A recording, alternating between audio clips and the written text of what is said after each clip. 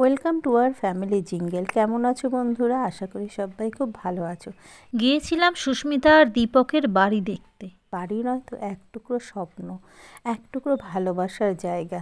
এত সুন্দর বাড়ি দেখে আমার একবারে মন ভরেনি। আমি আরেকবার গিয়েছিলাম ওদের বাড়িটাকে পুরোপুরি ক্যামেরাবন্দি করতে।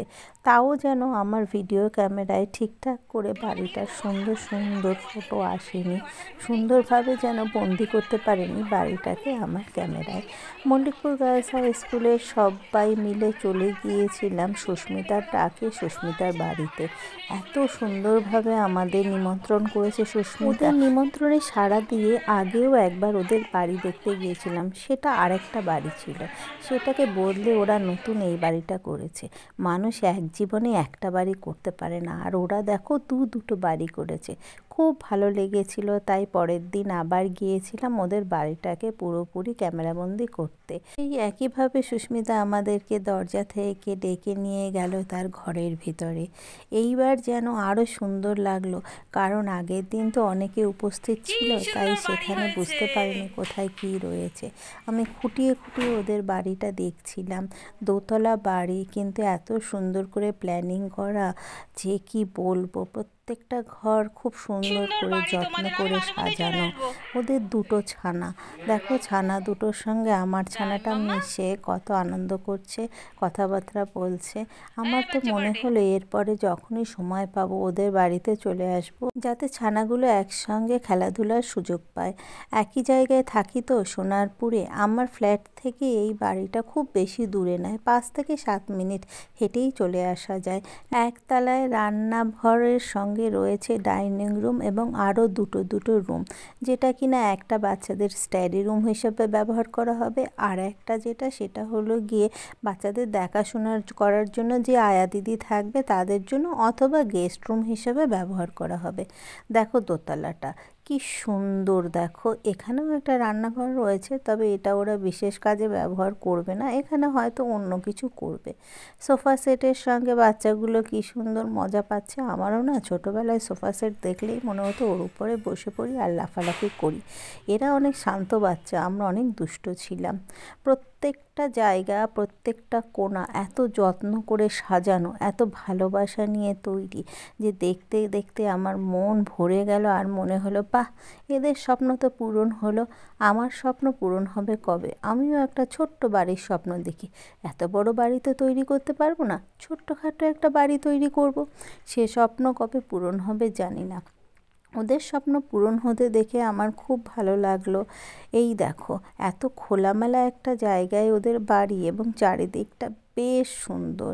জানলা রয়েছে অনেক, যাতে অনেক হাওয়া আলো আসতে পারে। আসলে খুব চিন্তা ভাবনা করে বাড়িটা তৈরি করা হয়েছে, দেখলেই বোঝা যায়।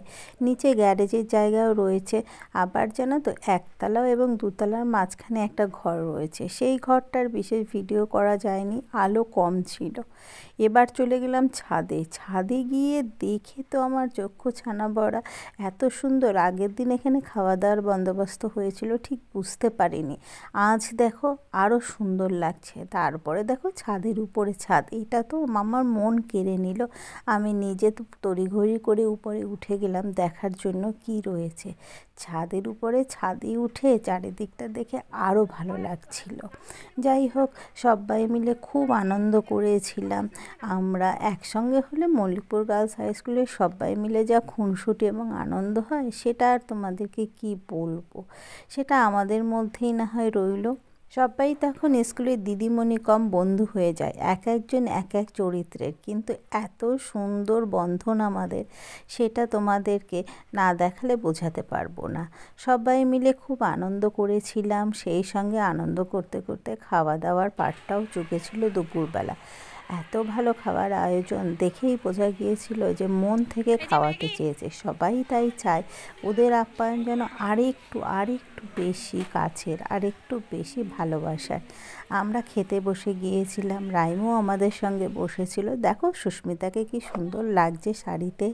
সাধারণত ও শাড়ি পরে না, অন্যান্য ড্রেসে ওকে বেশি দেখি, শাড়িতে দেখেও দারুণ লাগছিল। ভিডিওটা একটু বড় ছোট করতে আসলে মন চাইছিল না, এত সুন্দর সুন্দর ক্লিপিংস রয়েছে যে আমার কেটে দিতে ইচ্ছে করছিল না।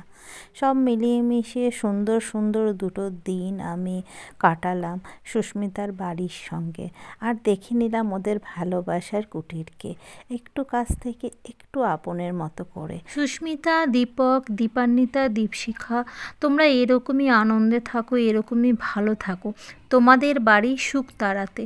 তোমাদের আনন্দে আমরাও যাতে পরবর্তীকালে আরও সামিল হতে পারি এই আশাই রাখি। সবাই মিলে বাড়ি চলে যাচ্ছি বটে, কিন্তু মনে নিয়ে যাচ্ছি একরাশ আনন্দ, যেন রিফ্রেশ হয়ে গেলাম সবাই। আর এ পর্যন্তই ভিডিওটাকে শেষ করছি। সবাই খুব ভালো থাকো, আনন্দে থাকো আর সঙ্গে থাকো। আরও সুন্দর সুন্দর নতুন নতুন ভিডিও নিয়ে হাজির হব পরবর্তীকালে। আজকের মতো টাটা।